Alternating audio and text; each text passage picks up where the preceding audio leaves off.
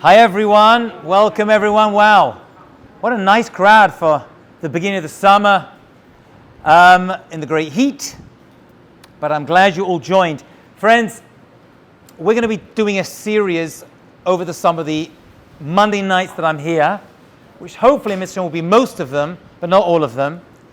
It's a series because there is, unlike my usual style of giving one-off classes that relate to a topic in the parasha or in life or stuff that's going on, this is going to be cumulative, and ideally you want to watch listen to every one of them, but I will recap each one. And I'm calling this the summer of Geula, the summer of redemption. That's what we're going to go with. That is the overarching theme that we're going to go through. And to do that, as I'll explain momentarily, presently, we're going to be using the book of Daniel. Daniel the prophet. Daniel the prophet. And we're going to zone in on one commentator, a number of them, but we're going to zone in on one of them, and that is the Abarbanel.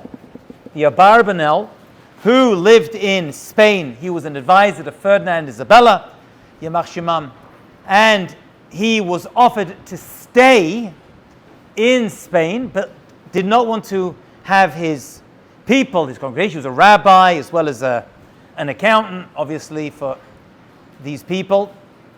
And he left. Around this time, he wrote a commentary in the book of Daniel, as we're going to see. And it's called Ma'anei Yeshua, which basically means the well springs of redemption. Okay, so that's going to be the overarching theme. And we'll see why the book of Daniel is so important. And dare I say it, what's happening today, and when I say today, I literally mean today, is predicted, outlined, and understood by Daniel the prophet. Okay? And we're going to see why that is. It's a fascinating book. It's a difficult book to understand because most of it is not in Hebrew, it's in Aramaic. There's a switch from Hebrew, from Lashon Kodesh, where all the books of the prophets are written. Sometimes you get a word or a phrase in Aramaic. Here, it's the language of the Jewish people of his day. And when this book was written, they kept it in its original language of Aramaic, which is very strange. So it's hard to understand a lot of it, but the commentators come along and really open it up for us to understand. So why Daniel? Why is this person so important? So let's look at the history of him, who he was, what he got up to. We're going to go deep this summer. This is not light, fluffy stuff. Okay? But I promise you, you're going to understand what's happening in the world today. When I say the world, I'm going to divide the world into two parts, as does the Abarbanel. The Christian world and the Islamic world. Because both of those are spoken about and predicted for the end of days in the book of Daniel. And of course, the Jewish people's relationship to those two kingdoms that we're dealing with right now. Right now. Okay? Let's dive right in. We're talking about the destruction of the first temple. There was a dictator, a very world-famous dictator by the name of Nebuchadnezzar. And he started to gain power and control all over the Middle East. And he made it his goal to go into Israel and to destroy the temple of King Solomon that had stood for 400 years. It's a long time. 400 years the Beit HaMikdash had existed. He comes along and destroys it. Now, there are going to be people who come after him who do the same thing. The Greeks are going to do it. And the Romans, he, in a sense, wasn't so much about killing as many Jews as possible, but, as I like to call it, a brain drain. He knew that the Jewish people had great wisdom. This dictator knew that he didn't want to just kill these Jews, but use their knowledge and their power, and yes, their wealth, and their knowledge to make wealth in order to make good decisions. So he does the following.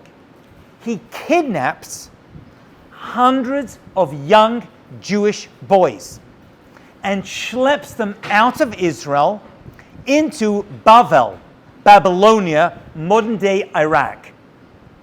And he treats them really, really well. He gives them the best food. He gives them the best accommodation. He gives them the best teachers for years. Actually, 3 years. Now, we don't know who most of these young boys were, and we're not told, as far as I know, how young they were. But they were very, very young. I think they were under bar mitzvah when he took them. But we do know who 4 of them were. And one of them was Daniel, who at this point is not a prophet, he's a young kid. And the other 3 are called Hananiah, Mishael, and Azariah. You may have heard those names before. They're still used today, as is the name Daniel in today's day and age. These 3, thank you so much. These 4 people are going to become the predictors for the end of days. Daniel the prophet is one of the few people in Jewish history who knew when Mashiach would come.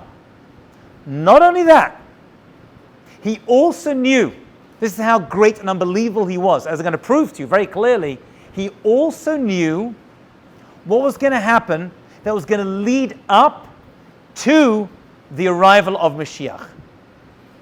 And all of that is written and hinted at in the book of Daniel. Okay, you're starting to see why his prophecy is so important. Now, I've got to mention, the book of Daniel is not in the books of prophets. You know, we have Tanakh, Torah, Nevi'im, Ketuvim. Torah is the 5 books of Moses. Nevi'im are the books of the prophets. And then you have Ketuvim, writings, that, for example, include the 5 Megillot, the 5 scrolls, Esther and Eicher and the others. Okay. The book of Daniel is put in writings. There is a machloket whether Daniel himself was a prophet or not a prophet. Some say he wasn't, and that's why this book is put in the book of writings, the chapter of writings, Ketuvim. But the Abarbanel, who we're going with, and if you come to later classes, I'll tell you my obsession and my fascination with this particular book of Abarbanel. He believes he was a prophet, but this book had to be put in the book of writings because the relevance of it goes beyond just prophecy. It goes into understanding many philosophical ideas within Judaism. With me so far? Let's just recap. I know I'm downloading a lot of information on you, but you can handle it.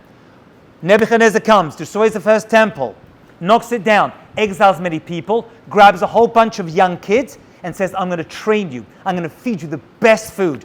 I'm going to give you the best accommodation. You're going to eat what I eat. And I'm going to give you the best teachers that are known to man that I have in Babylonia, which was really the greatest country, nation of its day.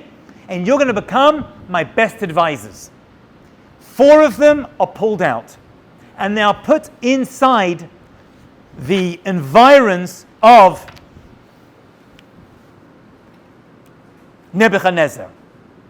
He changes Daniel's name to Belteshazzar.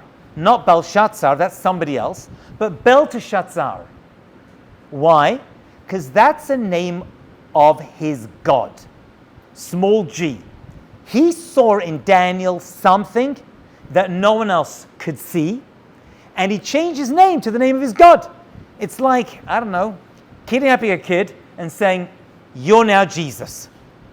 Sounds offensive, but in those days, offense wasn't really taken. This is a very powerful individual in the world, especially in Bavel, which we mentioned is the epicenter of all the world at this point, Babylonia. Okay. Takes to the palace, and they start to bring out the food, and they say, we're going to give you this for 3 years. You're going to have a 3-year training program. Daniel turns around and says, but I learned from my mother and father, who at this point may have been killed, we don't even know, that I can only eat kosher food. And the guy who's put in charge of Daniel and the other kids, these young boys, says, it's not the way it works. You say no to Nebuchadnezzar, you're dead. And therefore, you better eat this food. So Daniel thinks about it and says, if you want me to do my job well, I can only eat kosher food. That's the way it is. And he says, you know what, let's make a test. For the 10 days, let me eat only kosher food, which in those days pretty much was like pulses and grains. And that's what I'm going to eat. And after 10 days, if you see, if I look any less healthy than all the other Jewish boys who are getting all the amazing non-kosher but delicious food, meats and who knows what else they're being served, then I'll revert to it. He says, fine, you got yourself a deal. 10 days, Daniel, and he manages to persuade his 3 friends, Hananiah, Mishael, and Azariah, do the same as him. After 10 days, this guy, his name is Arioch, looks at them and says, wow, you got it. You look fantastic. You've kept your health. You kept your strength. You can eat whatever you want for these 3 years. The rabbis say this decision was really important, and Daniel would not have been successful for sure had he eaten non-kosher food, because non-kosher food, the rabbis tell us, is metamtem et halev. It dulls the heart of wisdom. We don't really know the reason for kosher, I'll be honest with you. It's a chok, it's a statute. But we know in some way it affects the amount of wisdom and the amount of right judgment that a person has. We know, for example, that all kosher foods, the rabbis tell us, impact the neshama, not the body. Not the body, the neshama, the soul. And therefore you eat. You know, people say you are what you eat. You are what you eat because I eat chicken and I'm not a chicken. I eat beef and I'm not a cow. But what you eat impacts who you are. That's for sure. So Daniel knew that he was going to be successful. He had a feeling. And even Nebuchadnezzar had a feeling, that's why he gave him this name of Belteshazzar, that you're going to be a really important person. He goes, I don't know how, you're still a kid, but learn well, do what you need to do, and we're going to come for advice later on. Okay. So there he is, and he does this 3 years of training. And then something really, really big and important happens that's not only going to impact Nebuchadnezzar, not only going to impact Daniel, Hananiah, Mishael, and Azariah, it's going to impact the Jewish people for the rest of history. That's a big statement. But listen to what happens. Nebuchadnezzar goes to sleep and he has a dream. A chalom. And this dream freaks him out. Absolutely freaks him out. And he knows that this dream is really important. Now, that's a good question, because some people don't dream, or they do but always forget their dreams, like my wife. And some people dream all the time, and they remember the dreams, like me. And I have a book of dreams, actually one of the good ones, Rabbi Al-Maleh's book, right next to my bed. As soon as I wake up, I check the book. I've become, over the years, I get more questions on dreams than anything else, I think. You know what I'm saying? Most people don't call me up saying, Rabbi, how to become a better person? Where should I give my tzedakah? No. They call me up with, I had a dream about teeth falling out, I was flying, my grandmother, whatever. Okay? This is a very big topic. And as one of my rabbis told me, whenever an Ashkenazi says to you, I had a dream, I'm like, okay, I'll listen. But if a Sephardi tells you I had a dream, you better listen. And if a Sephardi woman comes to you and says, I had a dream, you better listen really hard. I'm being serious. Interestingly, last week, I had a dream that I need to buy this book and study it, which I'd never done in full length before. Okay? More about that another time. I have a lot to say on that, but that's another discussion, not for now. I'm actually being very, very serious. Okay. So, Nebuchadnezzar has a dream. And he wakes up from this dream, and the expression that's used, which we know from the days of Pharaoh and Joseph, right, whose name is changed to Tzafat Panech, which is not a Hebrew name, but it means the dream interpreter, that when great people have dreams and they're disturbed by them, they want an interpretation. They really, really want an interpretation to their dream. And so, Nebuchadnezzar gathers together a whole bunch of people, advisors, to help him understand what this dream actually means. And he doesn't just gather, his close advisors. He gathers together astrologers, philosophers, demon speakers. That's actually what they are. People have the ability machashafim, it says, who are able to talk to demons, demonic beings, who, by the way, the Abarbanel says, look like people, have tremendous powers, and roam this earth. I'm going to make an aside. I'm not going to go into it, but I have to mention it because it came into my head when I was reading this piece of Abarbanel. If aliens are real, if, that's a big if, but if they are, I don't believe they are beings from other planets, because you don't travel for billions and trillions of miles, crash land on Earth, and you know what I'm saying. It could be beings from different dimensions, and according to the understanding of Barbalal and others, it could well be other spiritual beings from other dimensions, possibly demons. I'm going to lay it out there. I'm going to put that as an aside. I have a lot more to say on that, but I can't go deep into that right now. That'll be another discussion for another time. Anyway, so he gathers all these people together, and among them are a group. Now, this group have been a thorn in our sides for hundreds, if not thousands of years. And they are called the Custim. Custim. The Chaldeans is how they're called in English. These people are experts in astronomy and astrology. So he gathers all these people together and he says, I had a dream. Not that kind of dream, but a real dream. And I need to know its interpretation. The Custim, the Chaldeans, who hate Jews, I have to mention it as an aside, so you don't have any sympathy upon them whatsoever, jump forward and they say, don't worry, sir, Nebuchadnezzar, great mental dictator, we will interpret this dream for you. And he turns around and says, okay, give me the interpretation to this dream.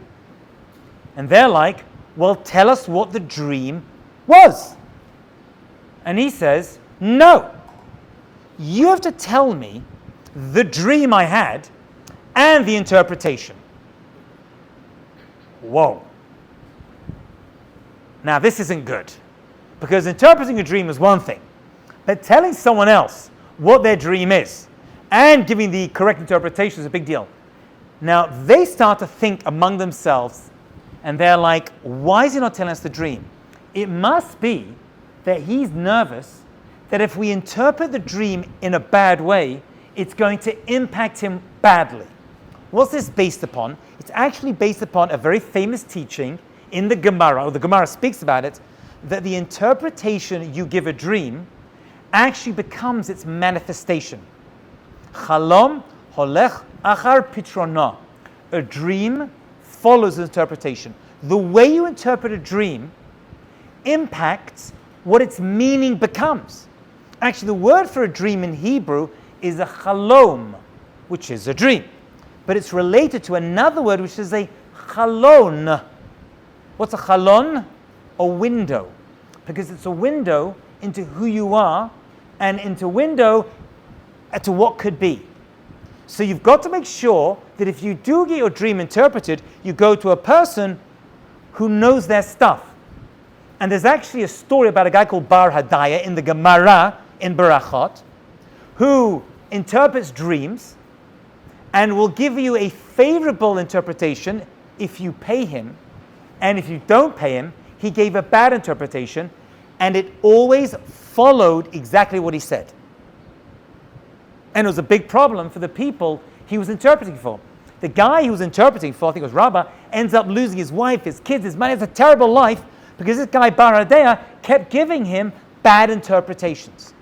So they thought, these Custim, these Chaldeans, they thought, well, he's just nervous that we're going to give a bad interpretation to his really scary dream, and he's going to be very upset with us and kill us. So they said to him, don't worry, we're going to give you a good interpretation and tell it to us privately so that no one's going to know and no one's going to be involved in this, and we'll give you the interpretation. Why were they so keen? Why are they so keen to interpret his dream? Well, if you save the king anguish, what does the king usually do? Give you money and power. And that's true today, right? You want to be a close advisor. As the Hebrew expression goes, Eved Melech Melech. The servant, the close servant of a king, is a king. So you may not be able to get the king's ear, but if you get one of his close advisors, you've really got the king's ear, right? So you may not get to meet Putin, but you meet his, close advisors, you're kind of getting into Putin as well. So they thought that. However, they were wrong. That's not why he didn't want to give them the dream itself. Why did he not give them the dream itself? Because he'd forgotten it. You wake up in the morning and you've had a dream, and let's say it's a nightmare, and you get anguish over it, and as the day progresses, you forget it, but you know there was a bad dream. You had a nightmare. You know experience I'm talking about, people? Anybody know what I'm talking about? You're like, I had it really bad. What was it? I don't really remember it so much. That's what happened. The dream had escaped him. He knew it was bad. He knew it was meaningful. And so he says to them, no.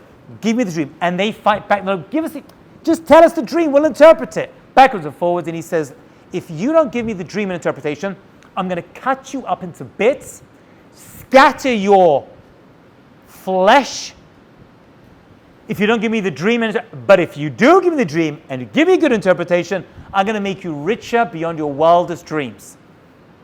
They turn around and they say that we can't do it. Who are we?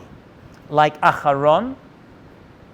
And the rabbis say that what they were saying was, since the destruction of the temple, the ability to have prophecy, the ability to do such a thing that you're telling us to do, no one can do. No one. Forget about it. Because Aharon HaKohen, he's gone. The Kohen Gadol, you got rid of it. You banished the whole thing. And the Kohen Gadol used to have a breastplate, a Choshen Mishpat. And inside was the Urim V'Tumim. This is from the Torah. That's God's name. And the stones on the Choshen, there were 12 stones, would light up with various letters, and that would give you an interpretation. You're asking us to do something that may have been able to be done, but not anymore, because you destroyed the temple. So he's like, oh my God, I can't believe I destroyed the temple. I've defeated myself. The rabbis tell us that if the non-Jewish leaders of this world knew how bad it was, hurting Jews in Israel, kicking Jews out of Israel, destroying them, if they knew how bad it was, not just for us, but for them as well, they would leave us alone. They would give us all the money in the entire world. If they knew what they had done by destroying the Beit HaMikdash. It's not just us that it affects, the entire world that's affected negatively by hurting Jews. They still haven't learned that lesson, so we'll leave that lesson aside. By the way, if that's the only lesson of tonight, dayenu. You know what I'm saying? Anyway, I have a lot of non-Jews who watch my videos too. Anyway, mostly non-Jews actually. Anyway, so now Daniel, and they're obsessed with Daniel the prophet. So Daniel is not involved in this whole thing. Kills the Kasdim, kills the Chaldeans. He's upset because he killed Jews and kicked them out of Israel. So he's paying the price for his own stupid, short-sighted actions. Okay. He's like, that's it. I'm going to kill all of you. Anyone who's an advisor in any way, shape, or form, including all the Jewish kids I brought out, including all the necromancers and all the astrologers, I'm going to kill you all. He's that angry. You know what I'm saying? You don't want to, really annoy a dictator. Daniel hears about this. He's not there at this point, and he's like, this is not good. I'm going to be killed. My 3 best friends are going to be killed, and all the Jewish kids are going to be killed, and everyone else. So he turns around to Arioch and says, get me a meeting with Nebuchadnezzar. And I was like, it doesn't work like that. There's an iron wall around him. Like Achashverosh, who's not alive yet, he's coming after this. Although Daniel's going to be an advisor at that time as well. He's going to live throughout this entire period. He says, there's an iron wall around him, just like Achashverosh had one, and Paro, and the president of the United States, or North Korea loved it. It's the way it is. You can't just walk in. He's like, trust me, he's going to want to speak to me. Give me a chance to save my life and the life of my people. And Arioch likes him, remembers that his name is Belteshazzar, which is the name of a god, small g. and says, fine, I'll hook you up. So Daniel gets an audience with Nebuchadnezzar. Okay? And remember, he's not just giving advice, he's fighting for his life, because there is now a death warrant on his head. And he says, great king, I want to figure out what this dream is and give this interpretation. Now remember, Nebuchadnezzar just wanted the interpretation, but he'd forgotten what the dream is. But that's really what he wanted. He wanted to know what was going on. If there was a threat against his kingdom, right, against his family, against his legacy. So he's freaking out. So he says to Daniel, fine. But he says, I need time. Give me time. Because how do you need? A few days. Daniel secludes himself and he prays for 3 days straight, maybe more. Prays to God to help him, to save him, in order to survive this crazy and challenging ordeal. Then he's called up in front of Nebuchadnezzar, and there's an audience of people, including all these people who are going to be killed if he doesn't get it right, because he's the only person who's got the courage, right, to try to do this. And he says to him, I know what you dreamt, and I have your interpretation. And he says, did you have a dream? It's like a magic trick, but it's not. This is prophecy. Some say it's Ruach HaKodesh, but the Abal Banel says it's absolute nevuah, right? After praying to God, he says, I don't have the answer for you, but I come from a tradition of God giving us prophecy. And just like our ancestor Yosef was able to interpret dreams from Pharaoh, God has given me the ability. The first thing he does, he ascribes all power and all success to God. That's a very important feature of the story, because had he not, it wouldn't have ended well for anybody. Okay. And he says, this is the dream you saw, and this is the dream. You saw a massive statue in your dream, and the statue was divided up into parts and metals. Parts and metals. Now he's got Nebuchadnezzar's attention because he was right. And in this dream, you saw a statue with a head made of gold. And in the dream, you saw its chest and arms were made of silver, kesef. And you saw that its legs, upper legs, yerach, which is the knee up, were made of, its belly was made of nechoshet, of copper, and its legs were made of steel.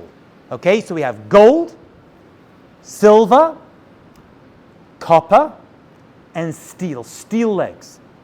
And the feet I believe are referred to as the shok, which is the knee down, including the feet and the toes, was steel, and mixed in with the steel was cheres, clay, ceramic, mixed in. That was your dream. And he says, so far so good. But then what happened to the statue? And he goes, you saw yourself, someone pick up a stone, a big rock, and throw the rock at the feet, and the rock smashed the ceramic, the clay in the feet. Is that what you saw? He says, fantastic. Phase 1. That was the dream I had. It came back to me. Now, Daniel, what does it mean? So he says, and this is why it's very important and pertinent. And over the coming weeks, we're going to look at 2 other dreams that he had and their interpretations. Okay. He says the head is gold, and that's you. You are the gold. You are Babylon. Babylon was the head. It really was a brilliant society. They were geniuses. The head always represents the power of thought. Okay, the moch, the brain inside the head. And you represent gold. So far, so good. But your kingdom is not going to last forever. The Babylonian kingdom is going to leave. And it's going to be overtaken by another kingdom, represented by the silver of the chest and the arms. And that is the Persian and the Medians, the whole Achashverosh Purim story, they're going to come after you. That's going to be the second kingdom, and they're going to follow on from you. And that's exactly what happened, by the way. After Nebuchadnezzar dies, Achashverosh takes over and reestablishes the Babylonian kingdom in Paras, in Persia. Right? That's the whole Purim story. And he goes, but they're not going to last either. Because another kingdom is going to come after them. And that is going to be the Greeks. And they're like copper. Why the Greeks are like copper, we'll leave aside. There's a certain strength, there's a pliability. And that was the belly. Right? The Greeks were into the physical, and they represent the belly. And then after them, and that's the whole Greek, that's the whole Hanukkah story. Yeah? That's the Greek that starts with Alexander the Great. He took over from and they're going to come, the Persians and Nebuchadnezzar. And after them is going to come the fourth and final, although not so final as we'll see in a moment, kingdom. And that's going to be the Romans.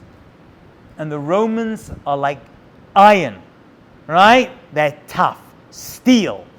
And they're not going to be messed with. And they're going to last a long, long time. And I guess that they represent the legs, because the legs are what help you move around. And the Romans really conquer the entire world. So what's with the feet? What's with the feet? He saw, if you remember, he saw steel, iron, and he saw ceramic, clay. Now, those two, as far as I know, don't usually mix together, right? But they seem in his dream to be held together. And he said the following. He said, at the end of days, Acharit Yamim, right before Mashiach comes, there's going to be a mixing together of two kingdoms. The kingdom of Rome, Edom, who pretty much everyone agrees is the Christian Western world, right? That's the continuation of Rome. Actually, to this day, Rome, right, still represents, the whole Christian world, and the Muslim world. And there's going to be a mixing up of those two kingdoms. Now, really, it was a little bit of clay, because it's not really a kingdom in and of itself, the Islamic world, but it is powerful and it is present. And they're mixed up, but they don't really mix up very well. So they kind of like, it's not like a soup, right? Or a melting pot. It's like a tossed salad. You know what I'm saying? That's how, my sociology professor used to put it. Sometimes they kind of like mix together, but they're not completely immersed together. And they stay separate, but they're living among each other. But there's going to be a stone. And this stone is going to come, and it's going to smash this clay and break it. And at that point, the Jewish people are going to rise up with Mashiach and save the entire world from all future wars.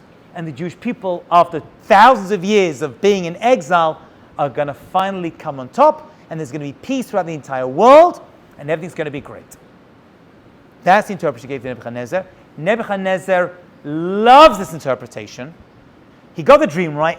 He makes Daniel, he tries to worship Daniel. Literally to bow down, to make him into Elokut, it says. To make him into a god. Right? They loved gods in those days. And Daniel says, I'm telling you, don't do that. It's not me, it's Hashem. There's only one true God. Nebuchadnezzar starts to come around. Starts to regret what he did to the Jewish people, which happens a lot, after the fact, unfortunately.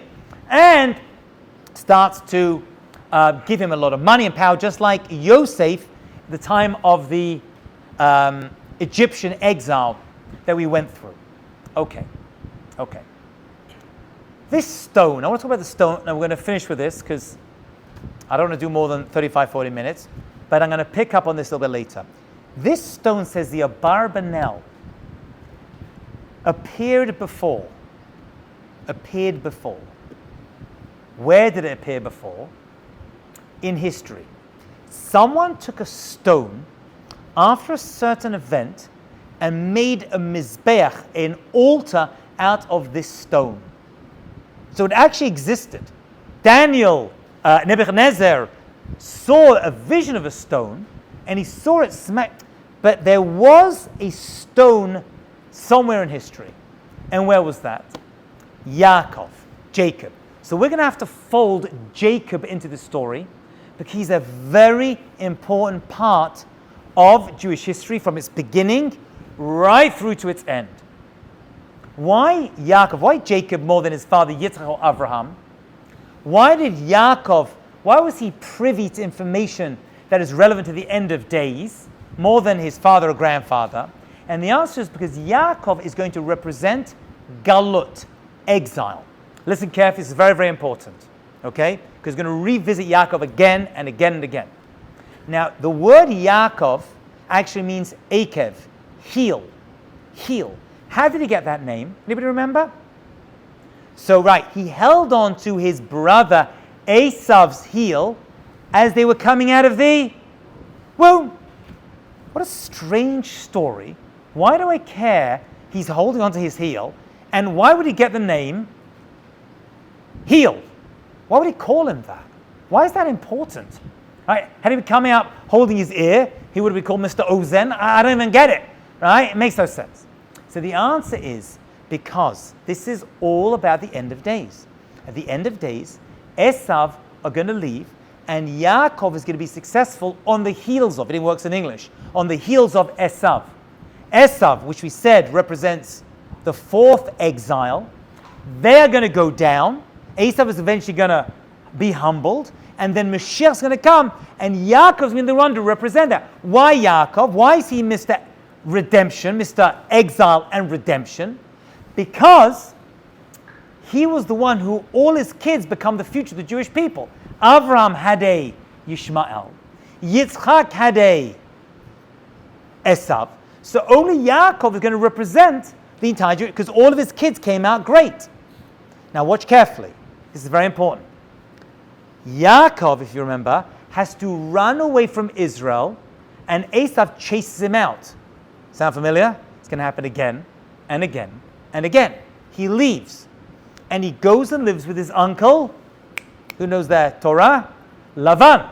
Is Lavan a good guy? No. Does he have a difficult time living with Lavan?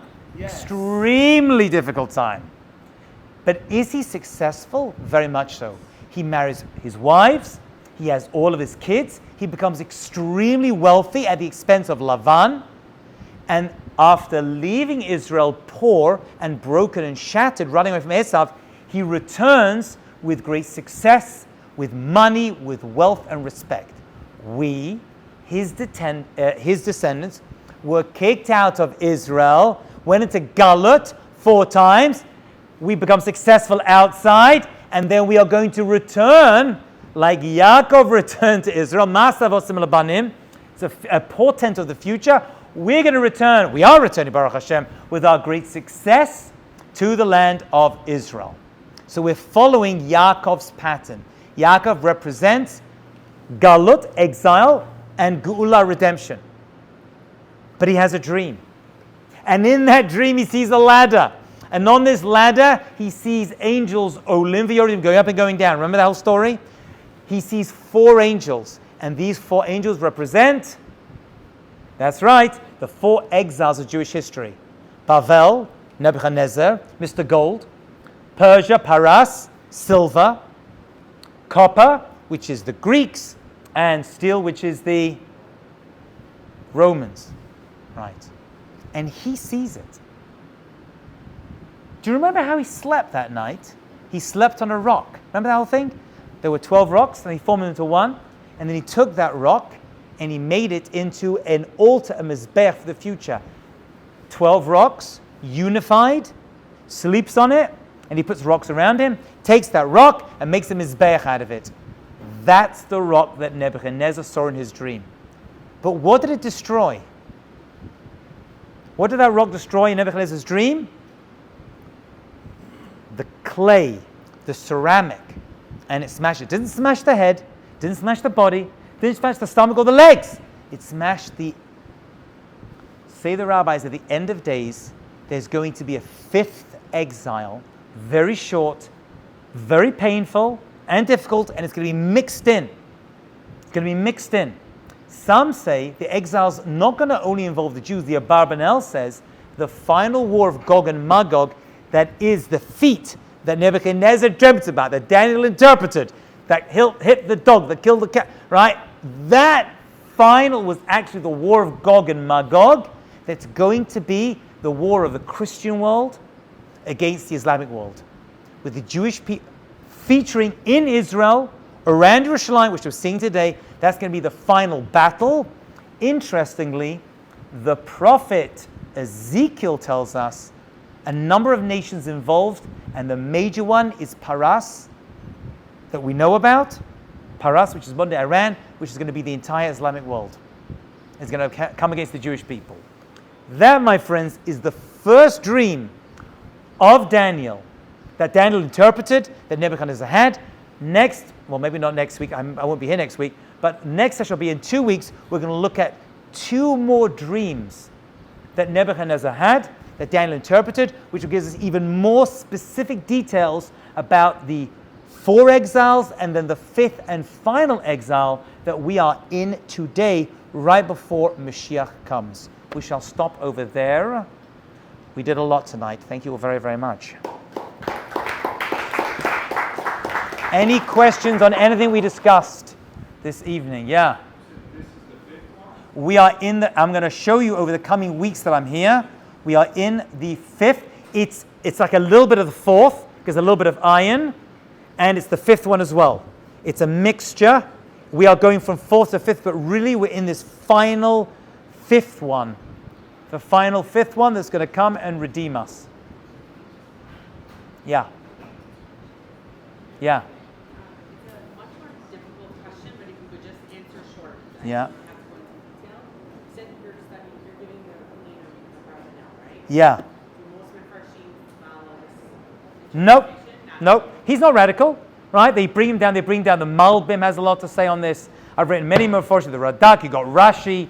The Abarbanel, however, is considered extremely great, and anyone who talks about Daniel and talks about Mashiach's arrival, right, and the end of days of war, you have to quote the Abarbanel. His books on the redemption are, so whenever you see books with a mixture of commentaries, they're always going to throw in words of the Abarbanel. Yeah, and it's a very simple book. He writes very simple Hebrew. It's like for everyone. It's not some deep academic text, and he brings proofs to everything that he says. Who? Are you familiar with Radak's interpretation? Yeah, it's here, yeah. They bring it down. Is it very far out? It's, no. The Abarbanel does a more of a Kabbalistic understanding. He kind of falls into that. Yeah, I would say he moves more to that realm. He's going to speak later on about reincarnation and Mashiach being a reincarnation of King David. He's going to throw more of that in, unlike others. But he does many times. The other Kabbalists, Rabbeinu Bechaya, and others will align with the Abarbanel's interpretation. It's not out there. It's a very mainstream, respected interpretation of the book of Daniel. Yeah. There is another question. Yeah. Why does Nebuchadnezzar merited with these dreams and prophecies? That's a very, very good. The question is, why was Nebuchadnezzar merited? A very, very good question. I'm not sure, but I will say the following. When you have great leaders of tremendous power, we give them special prominence. I know even terrible, there's brachot you say when you meet a king or a dictator, even bad ones, right? There's a certain power, and Hashem leads them and guides them. They become tools of Hashem to reveal Himself in this world. Just like Paro, right? Hashem hardened his heart in order to have the plagues finish off and the redemption and the big Kiddush Hashem. So Hashem uses. So really, the interpretation of the rabbis is that great leaders don't even have free will of their own. They're just pawns. That's why God is called King of Kings. Melech Malchem Lachim. He just uses them in order to make big stuff happen in this world. So was there something unique about him? He was just a tremendously powerful individual, obviously very brilliant, and God used him as a pawn in his hands. And again, all these dreams that he had were actually relevant about the future of Jewish and if not world history. Yeah. I was wondering, Nebuchadnezzar's exile in the following portion, shouldn't that be one? I mean, we weren't redeemed after the Very good. So you're right, but however, it goes by Malchut, meaning the question is, don't we go from one, doesn't it flow one to the other? And the answer is no. Because when Ahasuerus took over, the Medians, then the Persian Empire became its own powerful empire, took all the stuff of Nebuchadnezzar, ruled the Jewish people, prevented them from going back to Israel, and actually at some point they did. Darius said you could go back, and Ahasuerus prevented it, so it became its own kingdom. It goes by kingdoms. It goes by kingdoms, of which Persia, to this day, talk about the Egyptian kingdom, right? Speak about the Babylonian, you speak of the Persian, right? He controlled a large part of the world. Okay, we'll pick this up in a couple of weeks, Miss Hashem. Have a great night. Thanks, everyone.